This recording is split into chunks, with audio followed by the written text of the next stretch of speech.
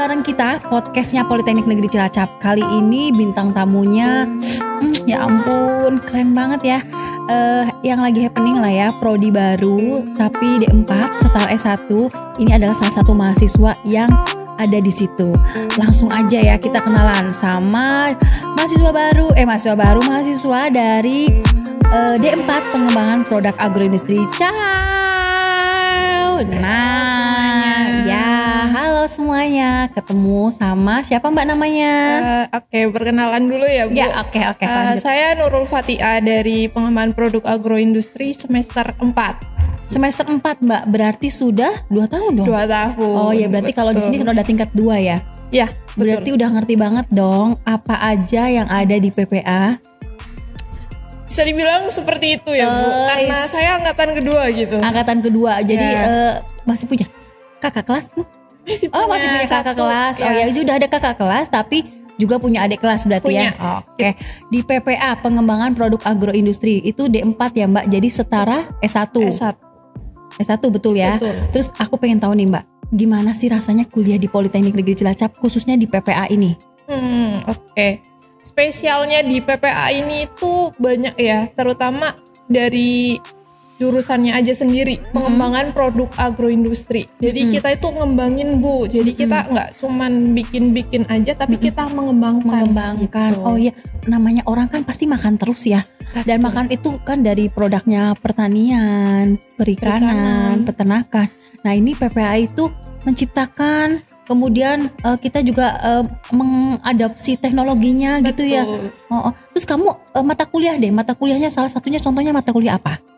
Ada analisa pangan Bu. Analisa pangan? Ya, kita menganalisa dari kandungan-kandungan apa aja nih yang dari bahan makanan kita pakai gitu. Oh gitu, jadi pangan yang kita makan itu kadang-kadang kita asal makan aja ya. Tadi nggak tahu analisanya. Padahal kandungannya kita nggak tahu ya Bu. Iya betul, jangan-jangan beracun, jangan-jangan ini nilai gizinya. Jangan-jangan, ini kalau orang dia tuh harus kuliah di PPA nih biar tahu nih kadar kandungan gizinya gitu ya. Betul. Apalagi buat kita ya Bu, sebagai anak perempuan yang besok kita berumah tangga, apalagi yang buat punya anak nih. Oh iya. Bisa aja nih. Itu udah modal buat empati. Oh iya bener, zaman sekarang tuh empati tuh gampang-gampang susah loh. Jadi memang harus tahu nih kandungan gizinya berapa. Luar biasa Mbak Nurul, ini udah menciptakan masa depan loh, dia mau punya anak. Terus Mbak Nurul aku mau nanya, itu kan analisa pangan nih. Terus lanjut apalagi selain analisa pangan? Ada manajemen juga Bu, manajemen statistik. Kirain tuh kalau PPA aku nggak ada manajemennya, ada ya? Ada Bu, kita itu dari hulu sampai hilir. Oh berarti bener-bener dari nol sampai akhir. Sampai akhir ya, diajarin complicated, kompleks ya. Terus ini kamu kan udah kuliah 4 semester ini, mata kuliahnya juga sudah luar biasa ya. Tadi analisa pangan, kemudian ada manajemen. Terus yang kamu seneng, kenapa sih memilih prodi PPA dulu awalnya? Pas awal karena tertarik aja gitu, kayak menarik aja gitu Bu.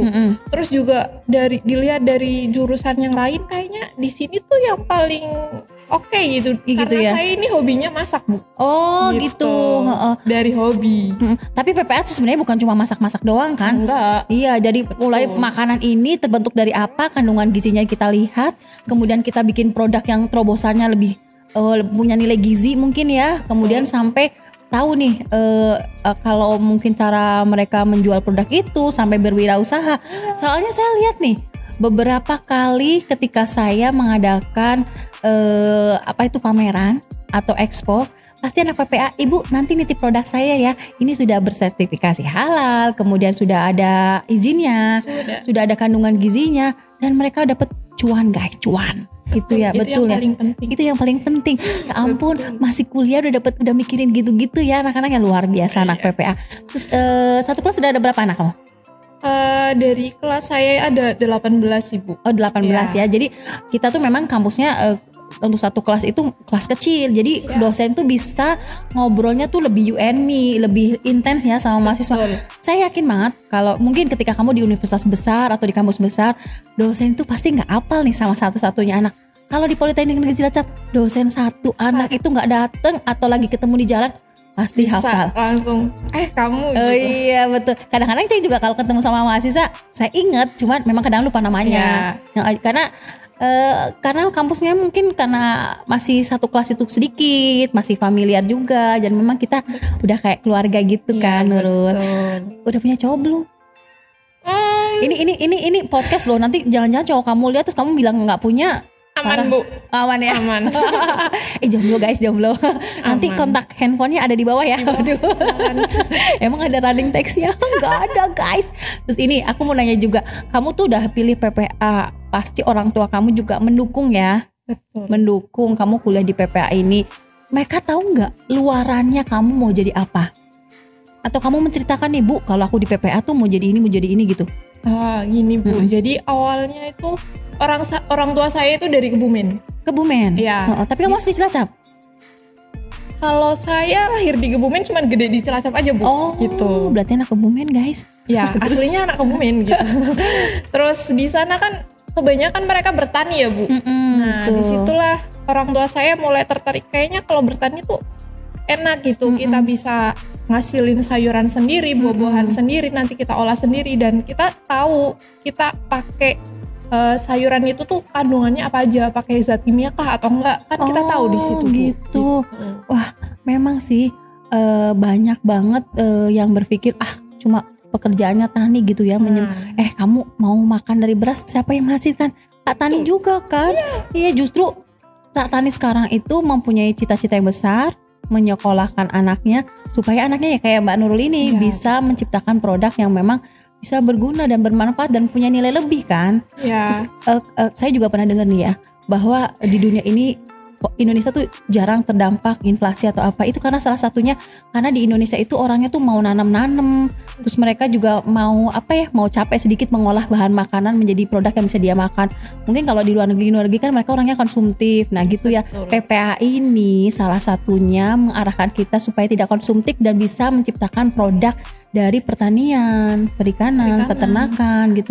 Yang kamu pernah bikin tadi belum selesai nih, orang tua kamu itu berarti mendukung banget ya kayak gini ya?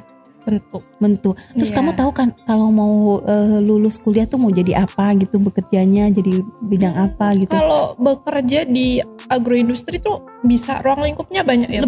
Luas ya. Kita bisa di ilmu gizi, kita bisa di industri pangan, di bagian pengolahan bisa, di bagian ilmu gizinya juga bisa gitu. Jadi luas. Ya ada beberapa perusahaan ya ini off the record juga ya. Enggak off the record kok diomongin. Enggak, maksudnya ada beberapa perusahaan ketika saya menyediakan prodi-prodi yang ada di Politeknik, kita ada 10 prodi. Salah satunya pengembangan produk agroindustri. Saya ceritakan nih mereka begini. Nah, memang ada satu label makanan yang sudah punya lumayan gede pabriknya. Mereka tuh udah tahu dengan bahasa mereka jadi judulnya pengembangan produk agroindustri sudah interest banget loh. Iya. Tapi memang belum ada lulusan, jadi masih aku pending. Tapi nanti kalau memang sudah ada lulusan, Career Development Center akan bekerja sama dengan perusahaan itu dan akan meluluskan kemudian merekrut mahasiswa kita. Itu luar biasa Mbak menurut. Bagus banget. Kalau boleh sebut namanya PT Nestle guys, PT Nestle. ini bukan off the record ya. Terus ini juga saya mau nanya nih Mbak Nurul. Tadi kan orang tua kamu sudah mendukung ya, udah tahu kamu bakal ini jadi ahli gizi, terus kemudian udah tahu jadi kandungan, terus juga kamu tadi bilang nih di awal bahwa akan menjadi bekal setelah jadi ibu, aku akan menjadi anak-anakku supaya punya gizi yang lebih gitu ya. Ini lumayan pendidikan buat teman-teman ya, bahwa PPA itu tidak hanya untuk masak-masak, tapi lebih tahu kandungan makanannya itu berbahaya atau tidak gitu ya. Terus ini mau nanya Mbak Nurul, kalau misalkan pernah di PPA ini, kamu tuh ngerasa pencapaian bikin apa nih yang pernah kamu laksanakan di PPA? Pencapaian, kemarin terakhir saya sama teman-teman bikin ini selai dari kulit buah semangka Bu. Selai dari kulit buah semangka buahnya dibuang. Nah itu Bu, di pengembangan agroindustri ini juga kita tuh nggak cuma ngolah bahan yang biasa kita olah, tapi kita juga limbah-limbah yang biasanya nggak kepake, yang biasanya dibuang kita pakai. Ya ampun, gitu. Aku baru tahu, bikin terobosan gitu berarti. Iya betul. Enak gak hasilnya? Ya masih di pengembangan aja sih Bu. Oh gitu. Tapi ya, ada. Tapi kan kalau dari segi kalian tahu kan itu tidak berbahaya. Ada kandungan gizinya juga. Betul. Dan itu bisa mengolah limbah ya. Maksudnya biasanya dibuang tuh masih bisa dimanfaatkan. Kemarin juga aku tahu nih ada anak tuh bikin roti, tetapi biasanya kan pakai pengembang ya. Pakai apa namanya? Iya, baking soda, baking powder itu baking powder bedah, baking soda. baking soda. Nah baking soda itu buat itu kan agak-agak mungkin nggak lebih ada pilihan lain yang lebih ramah lingkungan mungkin ya. Kemarin tuh bikin rotinya memang butuh agak lama, tetapi pakai baking soda sama rasanya. Iya, dan enak juga. Aku baru tahu ternyata ada terobosan yang membuat roti itu supaya tidak mengembang dengan baking soda, tapi ada lainnya. Cuma aku belum tahu seperti apa. Nanti mungkin itu akan diceritakan ketika produknya sudah keluar ya. Ya betul. Kalau udah launching. Biasanya nanti kemasannya juga bagus loh. Ya karena kita juga di sini nggak cuma bikin aja, kita juga mengemas, mempromosikan juga. Oh gitu. Jadi kemasannya tuh dibikin bagus, mempunyai nilai jual. Jadi pas udah tahu bahannya habisnya segini, pas dikemas tuh punya nilai jual loh. Lebih bisa menjual dan lebih mahal tentunya daripada kita jual pakai plastik doang gitu ya. Terus tadi bikin ini ya, bikin semangka itu kemudian dibikin selai gitu. Terus ada lagi? Kalau dari kakak tingkat dulu bikin mie dari mie hitam Bu, dari tinta itu cumi. Enak nggak rasanya? Kalau dulu lumayan ya. Itu baru tahu juga. Memang sih tahu cumi itu, tapi kalau kadang-kadang cumi itu suka dibuang tintanya. Padahal itu bisa buat pewarna mungkin ya. Bisa. Oh, mie-nya warna hitam itu juga terobosan loh kekinian. Kayaknya belum ada deh yang maju. Belum. Nah, ini adalah peluang bisnis ya buat kamu-kamu yang mau jadi entrepreneur, menciptakan suatu produk, membuka lapangan pekerjaan. Mungkin PPA juga bisa salah satunya itu. Ih, luar biasa banget. Terus tadi bikin tinta, kemudian bikin semangka dengan selainya itu. Mungkin karena memang kalian itu udah arahnya ke teaching factory ya, jadi mengemas produk kemudian dijual belikan sehingga mempunyai nilai jual. Tetapi tidak hanya diajari soal makanan juga kan, tadi diceritain manajemennya juga ya. Betul. Nah pelajaran manajemen itu seperti apa? Kita tuh lebih ke manajemen industrinya sih Bu. Oh gitu. Iya. Jadi lebih bukan ke produknya ya berarti ya. Bukan. Oh terus ini juga nih, kalau kalian nih punya pengen kuliah yang minim hitung-hitungan mungkin ya, hitung-hitungannya tapi ada tetap ya. Tetap ada statistik. Oh betul. Ada statistik tapi mungkin tidak seperti prodi yang teknik lain ya. Iya betul. Jadi masih bisa dipikir dengan nalar ya. Cuman kadang-kadang kan ada nih yang teknik yang hitung-hitungannya jelimet banget, terus kalian aku lemah Bu di hitung-hitungan Bu. Nah D4 pengembangan produk agroindustri adalah solusinya guys. Terus sama aja sih keluarnya juga kalian punya dapat gelar sarjana juga kan. Dan D4 setara S1. Mungkin kalau daftar untuk jadi PNS bisa masuk ke formasi gizi tadi ya, ke agroindustrinya. Kan ada tuh kata ke agroindustri. Tapi sekarang kalau formasi PNS juga biasanya D4 S1 semua jurusan itu bisa masuk gitu ya.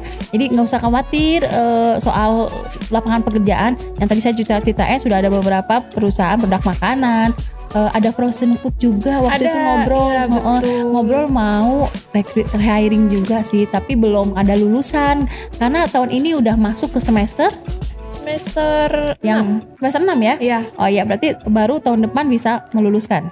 Tahun depan wisudanya 2024 ya? 2024 baru ada wisudawan dari pengembangan produk. Oh iya, ini juga nih buat HRD di perusahaan-perusahaan tahun 2024 bisa hiring di kami untuk D4 pengembangan produk agroindustri. Karena sudah ada mahasiswa yang akan diluluskan. Terus aku juga mau nanya, kuliah di Politeknik Negeri Cilacap tadi kan cerita soal PPA, terus kuliah di Politeknik Negeri Cilacap tuh gimana Mbak Nurul? Fasilitasnya mungkin? Fasilitasnya tentu sudah ya Bu. Gedungnya sekarang udah ada 2 yang baru ya. Apalagi gedung GTIL sekarang baru diresmikan kan Bu? Iya.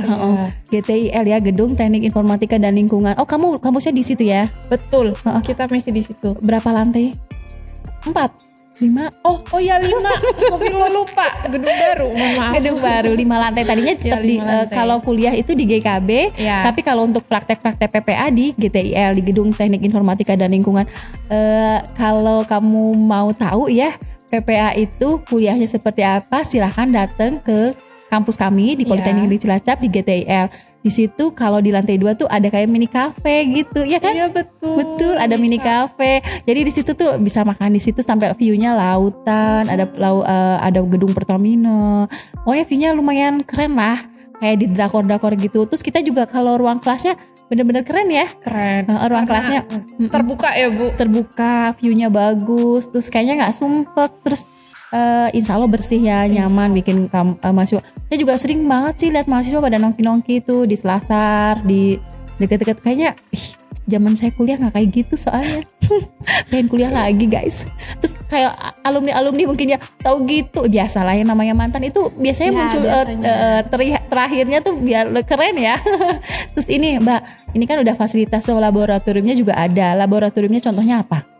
Ada laboratorium analisa pangan, ada laboratorium yang biasa sering kita pakai nih buat masak. Oh iya, yang luas banget. Iya. Udah kayak dapur, banyak wastafel, ada oven yang gede banget. Betul. Kemudian ada mixer banyak banget, ada produk-produk makanan, ada kayak botol-botol itu mungkin untuk pengemasan Buat makanan pengemasan, ya. ya. Pengemasan dan itu bener dapurnya higienis luar biasa. Jadi begitu masuk ke situ anak-anak biasanya suruh pakai baju. Ya, baju yang biasa buat kita praktik. Iya, buat praktik, terus tidak sembarang orang bisa masuk ke sana. Saya juga waktu itu lihat-lihat, oh anaknya benar-benar higienis luar biasa. Memang kalau yang namanya makanan tuh agak apa ya, ya itulah rentan kehigienisannya harus benar-benar detail ya. Jadi anak-anak PPL tuh udah kayak ahli gizi beneran. Udah kayak ahli gizi beneran. Tahu banget ini kandungan gizinya seperti apa. Orang makanan sekecil gini aja mereka udah bisa. Ini kalorinya gini-gini. Luar biasa. Aduh, kalau anak-anak yang mau diet pacaran sama anak PPA deh kayaknya langsung cocok ya. Terus ini juga di laboratorium itu tuh saya ngelihat ada oven yang gede banget, ada mixer. Setiap hari tuh memang bikin produk ya. Kalau setiap hari ada bagiannya masing-masing gitu. Bu. Jadi ada satu organisasi yang kita bikin. Gitu. Gitu. Oh, jadi nah ini yang tadi aku mau tanya, apa aja nih unit kegiatan mahasiswa yang ada di PPA? Salah satunya kewirausahaan. Iya, betul. Kewirausahaan. Jadi produknya bikin terobosan, yaitu nanti akhirnya dijual gitu sama Bu Mardiana ya berarti betul, ya? Betul, sama Ibu Mardiana. Ibu Mardiana, kemudian nanti Ibu Fadila juga. Jadi mereka itu bikin produk, mereka biasanya langsung cari market nih. Kalau ada event-event pameran, ikutan UMKM. Jadi udah tahu nih produknya mahasiswa Politeknik ini bisa menciptakan produk gitu ya. Ikut kewirausahaan juga Nurul? Karena saya sibuk di organisasi lah. Ikut BEM? Saya BPM Bu. Oh BPM, Ya, oh iya. Jadi UKM unit kegiatan mahasiswa Politeknik juga bisa ada kewirausahaan, ada macam-macam. Nah salah satunya juga tadi BPM ya. Jadi kita tuh ada dinaungi oleh BPM. BPM itu singkatan apa sih? Badan Perwakilan Mahasiswa. Oh Badan Perwakilan Mahasiswa. Saya suka bingung soalnya ada presiden BEM, gila udah presiden guys. Betul. Oh ya, terus kemudian ada ini apa departemen luar kampus. Departemen luar kampus, namanya aneh-aneh tapi gitulah mahasiswa ya mereka. Tapi sejauh ini keren banget sih udah punya organisasi dan itu biasanya kepake banget ketika kalian bekerja. Leadershipnya, soft skillnya itu di CV tuh kalian masukin menjadi ketua departemen luar kampus atau apa gitu ya. Ya, kamu di PPM sebagai apa? Saya bendahara. Wah, bendahara. Ini malah ini benar-benar krusial banget tuh. Pegang uang. Jadi pas lagu HRD ngeliat kamu sebagai bendahara di BPM, wah ini berarti anaknya lebih teliti, cermat gitu ya. Bisa dilihat karena dipilih sebagai bendahara. Di bendahara BPM udah berapa lama? Udah jalan 2 tahun ini. Oh jalan 2 tahun, udah lama juga ya. Udah lama. Itu kamu bisa bagi waktunya gimana? Di BPM sama kampus di kuliah? Ada kegiatan-kegiatan Nurul apa aja sih?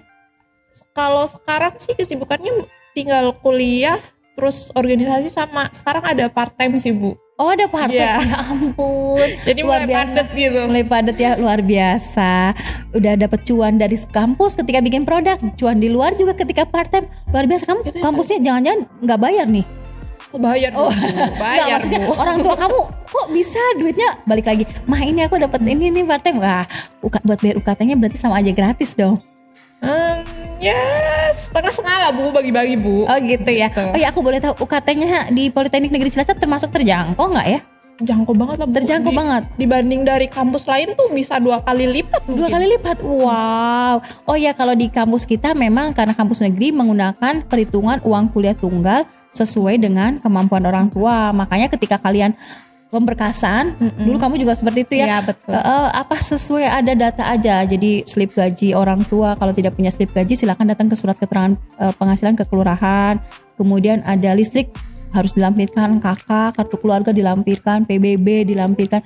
Jadi nanti uang kuliah tunggal yang dibebankan kalian sesuai dengan kemampuan kalian, kemampuan orang tua kalian gitu ya. Bener kata Nurul, 2 kali lipat kalau di kampus lain. Dan di kita tuh sudah tidak bayar praktek. Kamu bayar praktek lagi nggak? Nggak. Kalau ujian bayar lagi nggak? Nggak. Oh, nggak tuh kan. Gratis. Malah gratis, pokoknya hanya satu, uang kuliah tunggal. Jadi kamu cuma bayar setiap semester tuh UKT. Dan berita gembiranya lagi, kalau kalian mendaftar di jalur gelombang mandiri kedua ini, kalian tidak dibebankan SPI, sumbangan pengembangan institusi. Wah, jadi cuma bayar UKT doang. Jadi kalau kalian mau kampus, mau kuliah, mau melanjutkan keperguruan tinggi, kampus negeri juga, pilihlah Politeknik Negeri Cilacap dan prodinya D4 pengembangan produk agroindustri. Kalau kalian sudah susah mikir, malas mikir hitung-hitungan, PPA minimalis hitung-hitungnya. Ada hitung-hitungannya, cuma tidak begitu jelimet ya, bahasa kita. Mungkin 20% lah. 20% ya. Terus jadi benar-benar menurut saya sih kalau yang hitung-hitungannya agak susah, nggak usah ya. Kalau memang dia dari segi kemampuan nggak bisa ya, PPA lah satu-satunya. Terus aku juga mau nanya nih terakhir ya, Mbak Nurul kan udah baru semester 4, terus tetap ya bukan berarti kamu aku salah jurusan nih, enggak dong. Oh, dari awal kamu udah tahu banget nih PPA gitu ya, udah tahu mata kuliahnya seperti ini, langsung pilihan pertama PPA. Betul. Nggak nyesel? Nggak. Beneran dong, asik di PPA. Harus asik di PPA. Nggak beneran, nggak nyesel ya? Ini saya ulang lagi loh. Wah, kan denger, nggak nyesel sama sekali kuliah di D4 pengembangan produk agroindustri PPA. Beneran. Ini langsung dari mahasiswanya PPA, D4 PPA. Jadi kalian boleh cek, atau kalau kalian pengen tahu, soalnya kadang-kadang minim informasi ya anak-anak, kalau nyari di web, di YouTube juga mereka males scroll, kalian bisa kontak Mbak Nurul. IG-nya apa Mbak Nurul IG-nya? NRL_Fatiah, bisa dikontak silakan. Oh iya, ada running text-nya. NRL_Fatiah. Bisa dicari. Oke. Kalau nggak nanti kalau masih bingung bisa kontak call center ya. Nanti saya kasih IG-nya sama nomor HP-nya dia. Call center kita di 0811 2804 1000. Jadi call center PMB, kalau kalian mau tahu, masih bingung, pengen ngobrolnya cuma sama Mbak Nurul, silakan kontak saya di call center PMB. Oke? Gitu mungkin Mbak Nurul. Ada tambahan mungkin kamu buat mahasiswa baru, ada pesan-pesan dan harus disampaikan oleh Mbak Nurul? Buat mahasiswa baru, kalau dari awal kalian ngerasa salah jurusan nih, kalau menurut saya sendiri mending kalian nikmatin dulu pelajarannya. Pasti nanti di situ ada keselip, kalian pasti bakalan suka. Nah gitu. Soalnya kalau kalian ngulang, kalian tuh akan kehilangan 1 tahun. Padahal yang namanya HRD sekarang itu tuh mereka biasanya ada batas usia. Dibutuhkan betul. ini usia maksimal. Nah itu kan kalian rugi sendiri. Tetapi ketika kalian salah jurusan, nikmatin aja. Kamu buat itu enjoy. Kemudian kayak bikin bubur ayam gitu ya, udah nasi dibulembekin, dikasih kerupuk, dikasih apa sama ketika kuliah. Tapi aku ngerasa sih kalau di D4 PPA, aku juga kalau masih jadi mahasiswa baru, karena hitung-hitungan agak susah ya buat saya pasti akan milihnya D4 PPA. Gitu ya guys ya. Mungkin gitu aja Mbak Nurul ya. Terima kasih banyak di atas kepadatan waktunya Mbak Nurul bisa menyempatkan podcast di Politeknik Negeri Cilacap. Maksudnya adalah agar mahasiswa ini udah jalur terakhir ya, jalur gelombang kedua mandiri. Jadi itu kesempatan bagus buat kalian yang mungkin sudah ditolak di SNBT, di SNBP, di ini.